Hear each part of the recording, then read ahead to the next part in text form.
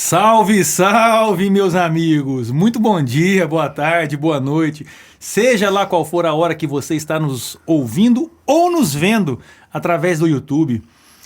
Você que está aí fazendo o seu cardio, seu aeróbico em jejum, você que está na rua, no trabalho, seja muito bem-vindo a mais um episódio do podcast da Be More Suplementos. Aqui você é o principal convidado, então fique ligado que hoje vai rolar um papo bem bacana e hoje eu tô com ele, com o mestre, meu amigo, meu parceiro, o personal das estrelas, o cara que bateu no Zé Aldo, Adolfo Ganzaroli. Cara, que satisfação, hein, cara? Quem diria? Eu tô de cara aqui com um cara que bateu no Zé Aldo, galera. É isso mesmo. Adolfão, muito obrigado, viu, cara, pela sua presença. Muito obrigado por ter vindo, ter tirado um pouco do seu tempo. Eu sei que seu dia é corrido, você tem várias funções, né, na sua profissão. Então, te agradeço muito por você estar presente aqui conosco e seja muito bem-vindo. Eu que agradeço. Para mim é uma oportunidade especial, né? Você sabe, igual o M, né? Que lá atrás, quando a loja começou, lá na fotinha, lá no feed do Instagram, tem uma fotinha lá. E assim, eu acho muito importante o fato de o profissional se identificar com alguma loja, com alguma empresa, principalmente o que lida com a saúde. Né? Eu escolhi lá atrás, né, ter esse vínculo com a Be More e estamos sendo todo mundo bem sucedido, está tudo indo muito bem. Eu fico privilegiado de estar aqui, para mim é uma honra e toda hora que for preciso a gente para o que está fazendo e vem cá para trocar uma ideia. Fico feliz por isso, cara. São escolhas que nós fazemos na vida que eu falo que pessoas do bem como você, né, é sempre bom a gente ter por perto. A gente tem que plantar para colher, né, Nogueira? Você sabe que a gente discute muito isso. A gente vive hoje um mundo de imediatismo, né? Todo mundo quer imediatismo, seja profissional, seja em qualquer área da vida. E é comum a pessoa achar que as coisas vão acontecer da noite pro dia, e demora, né? Um relacionamento, ele é construído dia a dia. Com certeza. Né? Amizade, confiança, credibilidade, demanda tempo. É né? isso mesmo, mas vamos parar de filosofar. Puxação de saco e vamos no que interessa. Me fala um pouco, cara, me fala de onde surgiu o Adolfo Ganzaroli, esse profissional que você se tornou hoje, onde começou, me fala um pouco da sua história no esporte e na sua história, né, como atleta e como educador físico. De onde surgiu isso e quando começou? Eu sou de Araxá, né? Fui um adolescente, uma criança gordinha. E quando cheguei na pré-adolescência, veio aquela vontade de sofrer bullying. Né? Na época nem chamava bullying, né? Nem bullying, era zoação, zoação, né? Uhum. Mas aí vem aquele desejo de se defender, de procurar melhorar a autoestima, né? E como buscando tudo isso, eu fui atrás do jiu-jitsu, né? E comecei a treinar, me identifiquei com o esporte. Isso foi que ano? Você tinha quantos anos isso? Ah, cara, eu tinha uns 16. Fiz judô quando era pequenininho já, né? Mas aí quando deu aquele boom de malhação... Você morava em Araxá ainda, certo? Morava em Araxá. Quando estourou aquela malhação na Globo, que tinha o Mocotó, que tinha o... Tinha o que lutava jiu-jitsu tinha lá, o jiu-jitsu, né? E aí foi o a minha Romão. fase. O Romão. Eu tô velho, cara. Não, nós estamos tudo velho. E aí eu comecei a fazer, cara, buscando me defender, buscando o jiu-jitsu como uma forma de autoafirmação, né? E naquele momento, assim, o jiu-jitsu era uma coisa meio criminalizada, né? Mas, assim, eu entrei numa academia de pessoas sérias. Que ano que foi isso? Ah, cara, isso aí foi em 95, 97. Tinha muito disso, né? O jiu-jitsu naquela época tinha uma imagem um pouco dos caras que brigavam. Não tinha isso, não? Pode falar, eu lembro que o que me levou pro jiu-jitsu é interessante, cara. Eu vi uma revista, não sei se é Veja ou Isto É, e tinha uma matéria que tinha uma galera do jiu-jitsu que tinha brigado numa festa, e tinha uma matéria. E tinha uns caras lá, bombadão, carecão, a orelha quebrada. E um cara tatuado, que o cara tinha tatuagem escrito treta no abdômen. Falei, cara, eu quero ser esse cara. A tatuagem eu não fiz, mas eu rapei a cabeça na hora. E fui treinar jiu-jitsu, cara. E comecei, mas aí eu tive a felicidade de encontrar um professor que tinha ética, que tinha postura, né? Que visava valores humanos, além da arte marcial, né? Que é o Juarez Patrício, lá de Araxá. E comecei minha trajetória lá e tive uma afinidade com a luta, tive uma relativa facilidade em aprender, né? Como eu era uma pessoa que tinha um peso a mais, isso me favorecia no início. E daí pra lá comecei a interessar. Me levou a buscar a musculação, como uma forma de preparação física. E, assim, sucessivamente, vim sair aqui em Uberaba para fazer educação física. Na época não tinha lá em Araxá. Ah, você saiu de Araxá para estudar aqui em Saí de Uberaba. Araxá e vim para cá para fazer faculdade. E aí já casei. Formou já fiquei. aqui, Formei casou. aqui na Uniub. Bom demais. E o jiu-jitsu entrou com uma forma mais séria na sua vida quando, assim? Que até então você estava treinando e praticando esporte, foi gostando, mas quando que virou um negócio mais sério na sua vida? Cara, na faculdade eu já vi que, por exemplo, depois que eu comecei a me graduar, que eu já da faixa marrom, faixa roxa para cima, eu falei, cara, eu vou viver disso. Quero dar aula, quero formar atleta, entendeu? E foi meu objetivo até eu formar. Né? Meu primeiro intuito como profissional de educação física foi o trabalho com jiu-jitsu. Tanto que logo que eu formei, eu cheguei a ter uma turma grande aqui em Uberaba. Mas você pensava em ganhar, em viver disso através de aulas ou como atleta? Como atleta, o meu sonho durou até eu machucar o joelho. Uhum. Né? Em 2004, você chegou anunciando que eu bati no Zé Aldo. Em 2004... conta essa história pra gente. Como é que foi isso aí? Porque a gente escuta e sabe que é verdade. E não é lenda, não. Eu já vi foto. Se tiver como, a gente vai até colocar num cantinho a foto aí pra pode galera pôr ver. que tem que matar a cobra e mostrar o pau. Aí. Cara, em 2004, de 2003 a 2004, foi o meu auge como atleta. Né? Eu tinha uma condição física, a faculdade de educação física, eu consegui fazer ela levando uma rotina de treinamento mais séria. O que é diferente, né? Quem treina intensamente, quem treina em alta intensidade, outra sabe pegada. que um treinamento de alto rendimento de atleta é outra situação. E tem um agravante aí que naquela época a gente não tinha direcionamento, né, cara? Então o treinamento era um super treinamento que não tinha necessidade. Hoje, com o entendimento que eu tenho de treinamento, eu vejo que eu fiz muita coisa errada. Se eu tivesse lá atrás o conhecimento, se eu tivesse lá atrás um Adolfo Ganzaroli para me treinar, talvez eu poderia ter chegado mais longe. Entendi. Poderia ter evitado as lesões. Direcionamento certo. Sem dúvida nenhuma. Porque às vezes treinava muito, treinava errado, carga demais, né? E assim, usava muito anabolizante. Isso era comum na época, Era comum. É hoje ainda. Né? Nós vivemos num mundo que o anabolizante hoje, ele foi tirado um preconceito com ele, que eu acho que isso aí atrapalhou muito, né? A busca da saúde. Mas naquela época existia o preconceito, mas quem usava errado. Então, quer dizer, é uma faca de dois gumes. Lá atrás a gente usava muito e usava errado. Hoje a pessoa usa com direcionamento, mas às vezes usa sem ter necessidade. E usava tanto no campo de musculação como de luta, né? Todo de mundo luta, era normal. De luta. Você chegar num campeonato de jiu-jitsu sem estar usando anabolizante, você não passa da segunda rodada. Entendi. Se fizer um antidoping no jiu-jitsu, não fica tem evento. Entendi. É assim, infelizmente, é uma realidade, né? Eu costumo falar não, assim, é uma opinião particular minha.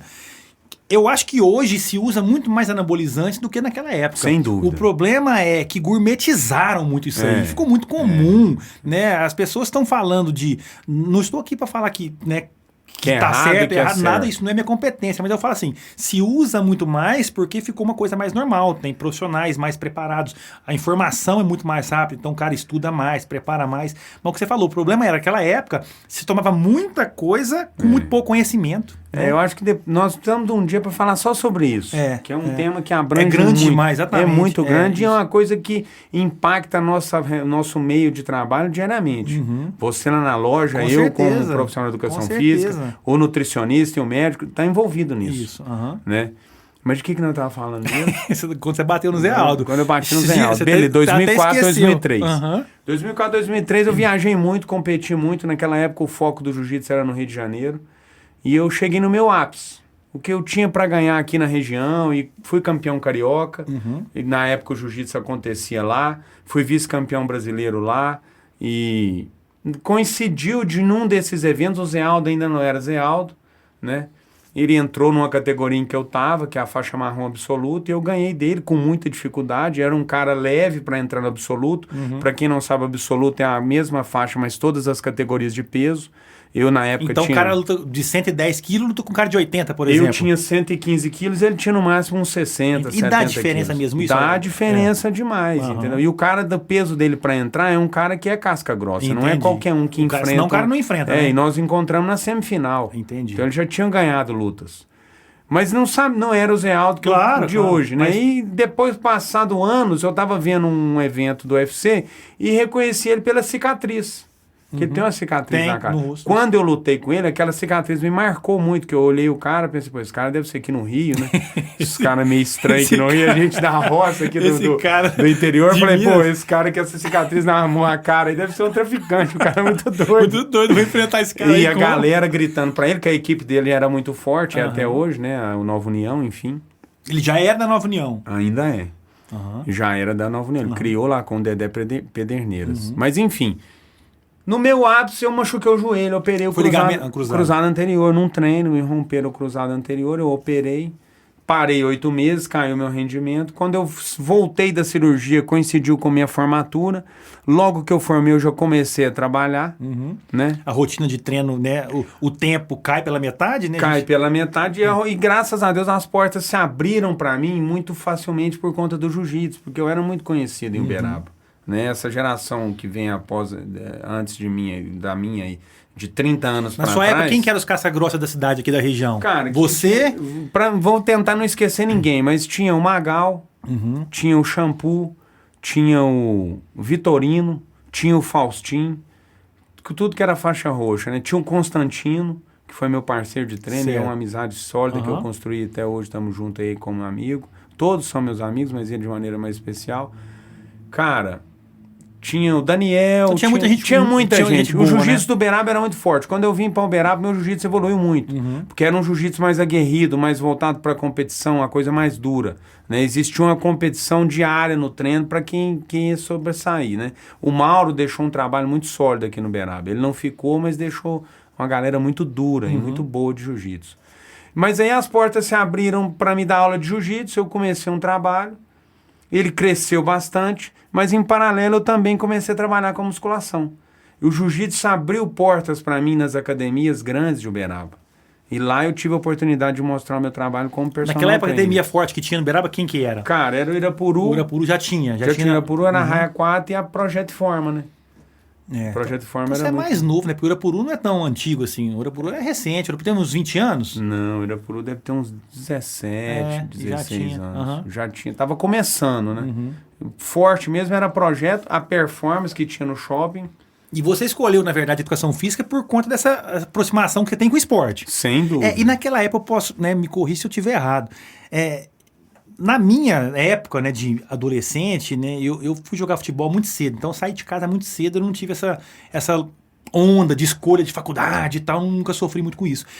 Mas eu lembro, cara, que o educador físico, no profissional de educação física daquela época, ele era um pouco desacreditado nesse profissional. Então, assim, ele tinha fama de fazer tudo, né? Então, não tinha muita credibilidade. Então, como é que você faz, cara, agora, hoje em dia? Como é que você tria? Como é que você dá direção para esse profissional que você leva para o seu time, para a sua equipe? Dentro do meu quadro de professores hoje, eu tenho especialistas em cada área. Porque eu tento deixar o cara lá trabalhando na FIT Irapuru naquela área que ele gosta de trabalhar. Que ele sabe fazer. Que ele sabe, que ele domina. Que ele se sinta bem, na verdade. Tanto que eu não gosto de misturar professor de ginástica na musculação. Ginástica, no caso, seria... RPM, body pump, aquelas danças e tal. Zumba. Cara, não tem perfil. Muito difícil você encontrar uma pessoa que se encaixa nos dois. Geralmente ele é... Ou o cara é maromba ou o cara... É fitness, né? Entendeu? Entendi. Dentro do maromba, hoje tem o cara que é mais voltado para um perfil de treinamento mais dinâmico, vamos dizer assim, funcional e uma coisa mais semelhante com um crossfit, um cross-training. E tem aquele cara que é o hipertrofia raiz, o maromba. Você se encaixa em qual perfil? Cara, hoje eu já Você gosta, na verdade, assim, o que você se sente bem? Cara, eu gosto de treinar para hipertrofia. Mas hoje o que me deixa feliz, eu vou te falar, eu tento explicar para a pessoa o melhor caminho para ela alcançar o resultado dela. Porque não adianta, por exemplo, nós temos aqui o Leandro, achar que ele vai virar um bodybuilder, né? Não vai. Peso pena, deve pesar uns 34 quilos de calça jeans. Ele pode virar como é que chama o cara lá da maratona, do Negev lá? Nem sei, esses corredores, né? Então cada um tem seu perfil, na verdade. Poltergar. E você indica esse caminho pro cara. Assim, por exemplo, eu parto do princípio que você tem que ser especialista naquilo que você faz. Por exemplo, eu trabalho com o quê? Hipertrofia e força. Dentro de hipertrofia e força, eu consigo atender qualquer pessoa. O cara que quer rendimento, o cara que quer qualidade de vida, o cara que quer melhorar a estética, entendeu? Existem alguns segmentos que não conseguem atender todas as pessoas. Por exemplo, sem crítica alguma com relação à modalidade. Mas, por exemplo, o CrossFit, ele já não atende de maneira tão específica esses resultados que eu te disse. Né? É uma modalidade. Claro. Né? Então, assim, eu tento mostrar o caminho mais fácil para a pessoa chegar no resultado que ela quer. Hoje, o que me deixa feliz é ter um aluno que faz aquilo que você prescreve, independente do que seja o objetivo dele. Ah, o cara quer melhorar como atleta. Por exemplo, eu tenho pessoas que eu presto consultoria que não me pagam. Mas eu sei que é um cara que eu prescrevo e o cara faz. Que tá ajudando o E o cara a evoluir como fruto. atleta. Uhum. Isso é um marketing. Às vezes não é nem por conta do marketing, Nogueira, é por conta de você ter ali um laboratório de poder colocar em prática Com aquilo certeza, que você acha que com funciona. certeza. E de ter a sensação de ser bem sucedido naquilo que você sabe fazer. O que você se propõe a fazer, na verdade. Porque Porque às o vezes cara você faz. gasta tempo também, cara. Você fica lá a noite inteira prescrevendo treino, mudando e treino, ajustando treino, e o cara não E faz. o cara não faz. Por exemplo, às vezes é comum você atender uma pessoa, por exemplo, muita gente me procura para perder peso. O cara, às vezes, começa a treinar comigo. É a grande luta hoje, é perda de peso, cara, assim, a grande procura. Hoje tem duas procuras grandes, perda de peso e o físico que a internet tem a demanda, né? O tal do Instagram, o tal do Instagram é terrível, cara. E eu falo que é uns filtros que eles estão arrumando que o cara tá cada vez mais bonito e mais forte. É impossível. E o pessoal chega na academia achando que vai ficar daquele jeito em 2, 3 meses de projeto, né? E não vai. Mas aí é onde eu te falo que eu tava te falando. O que acontece? Às vezes o cara te procura para perder peso. Ele quer perder peso e melhorar os exames dele. Tá com colesterol ruim, triglicérides, insulina e aquilo que você sabe que é aquele quadro que acomete quem está fora de forma. E no meio dessa trajetória, ele descobre que ele pode melhorar também a estética. Você conseguiu pegar um cara que não gostava de treinar, que achava que era impossível ele ter um bracinho bom, um abdômen melhor, que achava que era impossível ele ir para uma praia, poder tirar a camisa e ficar à vontade. Não tô falando aqui do cara chegar lá com six-pack. Tô falando aqui do cara chegar e ficar à vontade. Tranquilo, ficar sem bem. ficar constrangido, claro. feliz com ele mesmo. Isso acontece muito. E o que acontece ao contrário também. A pessoa chega lá com um físico próximo daquilo que ela acha que é o ideal e busca muito aquele ideal e vê que às vezes não consegue. Por quê? Fator genético, rotina de vida. Às vezes não está disposto a pagar aquele preço para chegar naquele objetivo. O que é difícil, cara. E se frustra e para de treinar. Desiste. Entendeu? Hoje, cara, mudando um pouquinho de assunto, você que está diário na academia, que vive disso, que observa demais, como você tem algumas pessoas que trabalham na sua equipe, então você tem que observar muita coisa. Você vê muita besteira, cara. Hoje ainda tem, mesmo com tanta informação, com acesso a... não só de alunos, cara, mas assim... Você enxerga algumas besteiras que é feita em chão de academia, por exemplo? Muito. A rede social, eu falo muito isso na minha rede social. Procure selecionar as pessoas que você segue. Porque hoje, tanto para o cara que está buscando conteúdo, o profissional que está buscando conteúdo, tem muita gente oportunista, lançando às vezes polêmicas desnecessárias. Com certeza. Que não levam a nada, né? Desfalando o que falou, falando o que não falou, enfim, inútil. E pessoas que buscam uma realidade de físico que é impossível de alcançar. E aí, em busca disso, vem as babaquices. Entendi. Aí vem aquele Instagram que tem lá, que eu cito muito como exemplo, que é o Saúde Irônica. Ainda existe gente fazendo exercício que não tem pingo de cabimento? Existe. Ainda existe.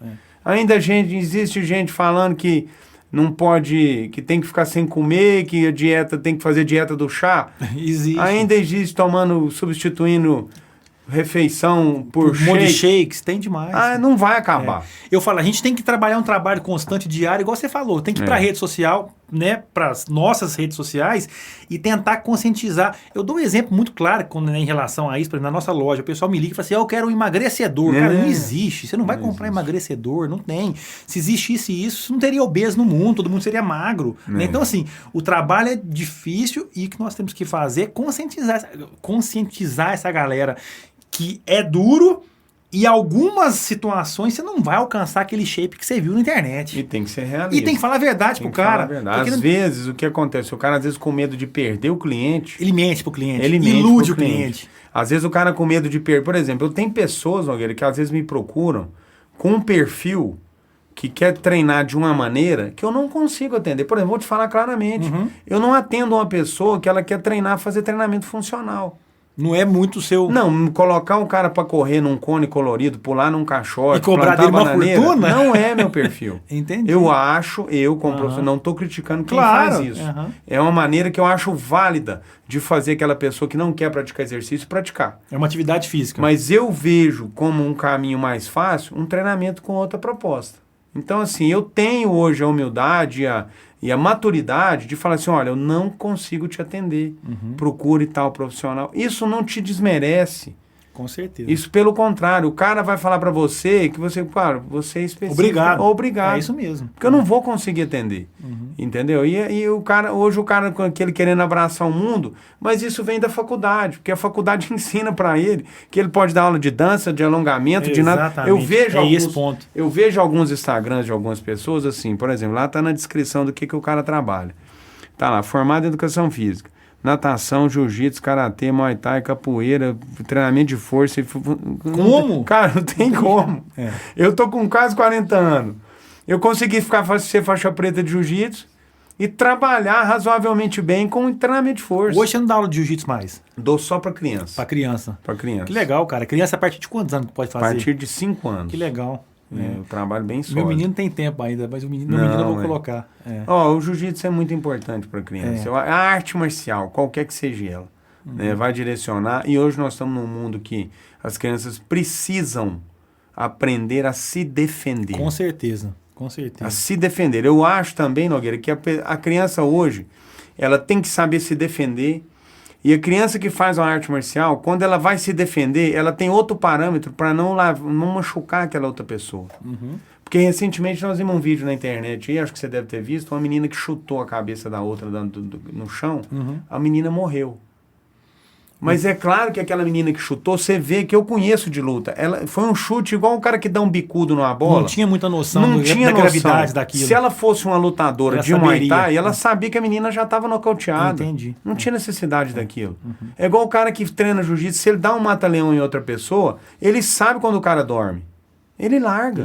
O que acontece muitas vezes, cara, por exemplo, a gente vê na televisão acontecer isso às vezes, segurança de algum estabelecimento, por exemplo, que não tem conhecimento da luta em si, que faz uma abordagem ali e passa do ponto. Então, faixa preta jamais faria isso. Entendi. Jamais. Não, maravilha. Cara, a gente não vai prolongar muito hoje não, tá? Eu só queria, pra gente finalizar, né, queria que você mandasse um recado para essa geração nova que tá vindo aí, você que passou por várias etapas, em várias épocas diferentes. Né? Na verdade, tipo, você pegou a educação física em um momento lá atrás e hoje é um momento diferente. Apesar de você ser muito jovem ainda, mas você pegou em dois momentos diferentes. Então, que dica que você daria, por exemplo, para um jovem que está hoje saindo da faculdade, que está com o diploma na mão, o que você falaria para o Adolfo de 22 anos de idade?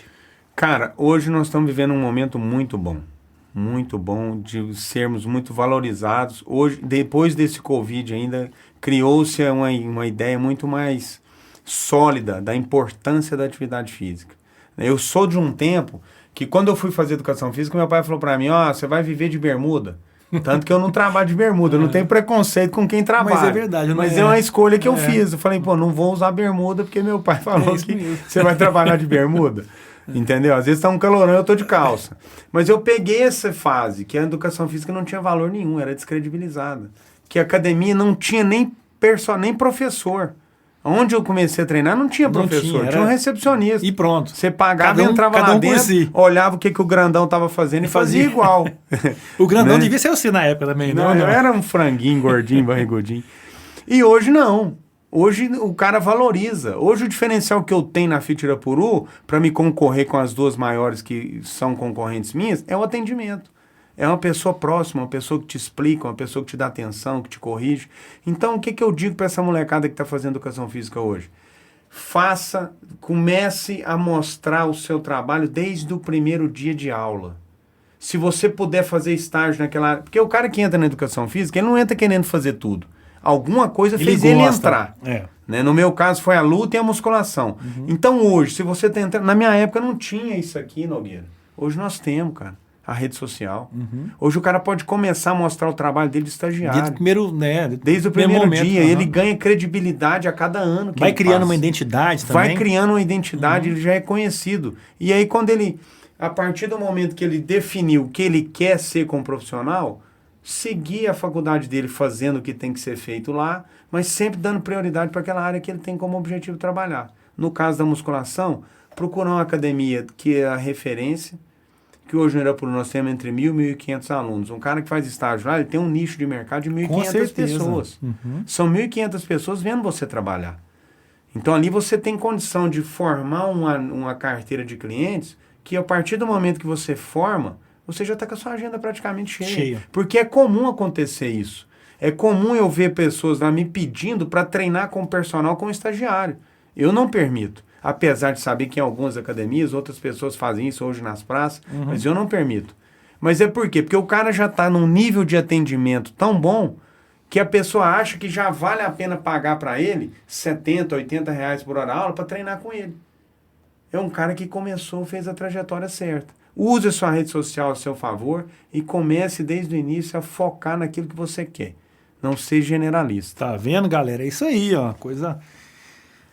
quem conhece fala, quem conhece dá dicas e o cara que é mais inteligente ainda segue as dicas. É isso aí. Cara, queria te agradecer, viu? Pela sua presença, pelo seu tempo. A gente até prorrogou um pouquinho aqui, porque o assunto, quando é bom, a gente nem vê a hora passar. Então, muito obrigado pela sua presença. Espero que você volte mais vezes, né, nesse Bimorecast, um projeto novo. E obrigado por ter abraçado esse projeto com a gente. Tenho certeza que vai ser algo de muito sucesso. Como tudo que pessoas boas, quando se juntam, eu falo que sempre sai projetos bons. Então, muito obrigado pela sua presença. Cara, o pessoal tá puxando minha orelha para você deixar a sua rede social aqui. Vamos avisar nossos ouvintes, nossos telespectadores. Como é que acha o Adolfo Ganzaroli nas redes sociais? Rede social que eu uso hoje é 100% Instagram, né? @Adolfo Ganzaroli. Ali você me acha, me manda um direct, você pode... Eu estou à disposição tanto das pessoas que eu acompanho, como as pessoas que são amantes e entusiastas da atividade física, da musculação, me mandar um direct, me perguntar, esclarecer dúvida, eu estou à disposição. É isso aí. E é muito importante a gente dizer que, né, no seu caso, por exemplo, você se coloca à disposição de atender, de ajudar, é claro que na medida do possível, até pessoas que não são seus alunos, né? Não, se te acompanha muito. ali, tem alguma dúvida, pode perguntar. Então, pessoal, o Leandrão vai colocar no cantinho da tela aí, @Adolfo Ganzaroli. É nóis. Fechou? Valeu!